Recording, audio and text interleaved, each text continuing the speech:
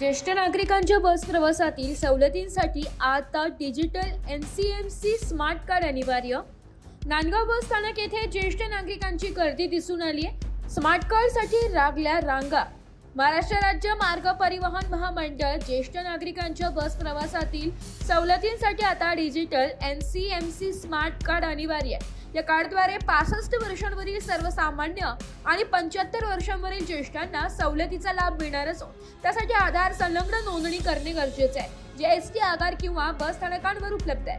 अमृत ज्येष्ठ नागरिक 75 वर्षांवरील आणि सर्वसाधारण ज्येष्ठ नागरिक 65 वर्षांवरील यांना हे कार्ड मिळेल।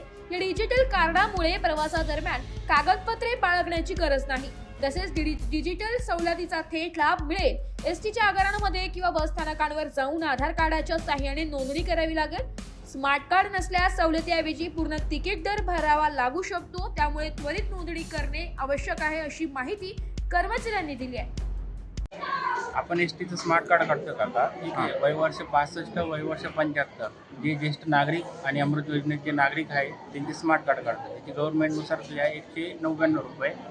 ठीक आहे। आपण जी लिगली फी आहे तीच घेतोय। ठीक आहे। आणि प्रत्येक कस्टमरला आपला पावती देतोय। पावती दिल्यानंतर साधारण जे कार्ड आहे ते 20 ते 25 दिवसात कार्ड आमच्याकडे येणार आणि आम्ही डिस्ट्रीब्यूट करणार, कस्टमरला कॉल करू। ठीक आहे। मराठी न्यूजसाठी जिल्हा प्रतिनिधी विजय पडोते, नांदगाव।